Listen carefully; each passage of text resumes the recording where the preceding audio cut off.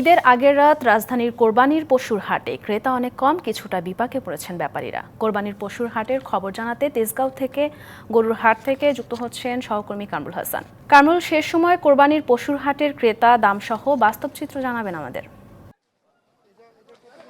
নীলিমা, আপনাকে ধন্যবাদ। আর কিছুক্ষণ পরেই দেশবাসী পবিত্র ঈদুল আজহা উদযাপন করবে। আমি এখন আছি তেজগাঁওয়ের একটি পশুর হাটে।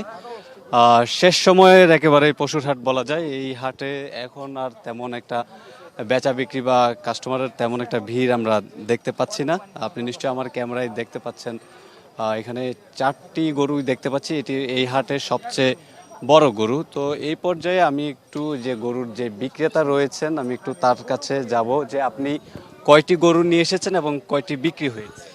আমি মোট 8টা গরু নিয়ে আসছিলাম, তার মধ্যে 4টি বিক্রি হয়েছে আর আমার বড় 4টি রয়েছে। সন্তুষ্টজনক দাম না পাওয়ার কারণে আমি এখন বাড়িতে ফিরে নিয়ে যাব করে করেছি, আমার গাড়িটা রেডি করেছি।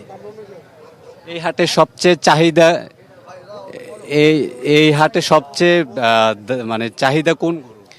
এই হাটে সবচেয়ে চাহিদা বেশি যা লক্ষ্য করেছি সেটা হচ্ছে ছোট গরু। 1-1.5 লাখ থেকে 2 লাখ 2.5 লাখ এর মধ্যে গরুর চাহিদা বেশি। সেখানে আমাদের এই বড় ফ্রিজিয়ান, হলিস্টিয়ান এগুলা গরু মানে শ্যুট করছে না। আসলে মূলত এটা হচ্ছে শিল্প এলাকা। শিল্প এলাকায় কিন্তু শিল্পপতি পাচ্ছিলাম না, এখন তাই আমরা বাড়ির দিকে আবার রওনা হচ্ছি।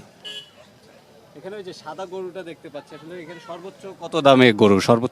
সর্বোচ্চ আমার যে সাদা গরুটা দেখতে পাচ্ছেন সেই গরুটার 1100 কেজি ওজন রয়েছে। সেই গরুটার নাম আমরা শখ করে রেখেছিলাম ইংরেজ। সেই ইংরেজের দামটাই সর্বোচ্চ ছিল 12 লাখ থেকে।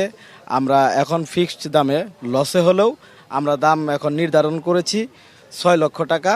যদি এখনো পর্যন্ত এই লাইভ চলাকালীন যদি কোনো কাস্টমার আসে তাহলে আমরা সেই 6 লক্ষ টাকার মধ্যে দিয়ে দেবো। আর যদি না নেয় কেউ তাহলে আমরা এখন রওনা হয়েছি, আমরা বাসায় নিয়ে চলে যাব। এই গরুগুলি কি আপনি নিজে পালতেন নাকি কিনে এনেছেন? হ্যাঁ, আমাদের নিজের পালা। ওই গরুটাকে আমি 1.5 লক্ষ টাকা দিয়ে কিনেছিলাম ছোট বাছুর থাকতে।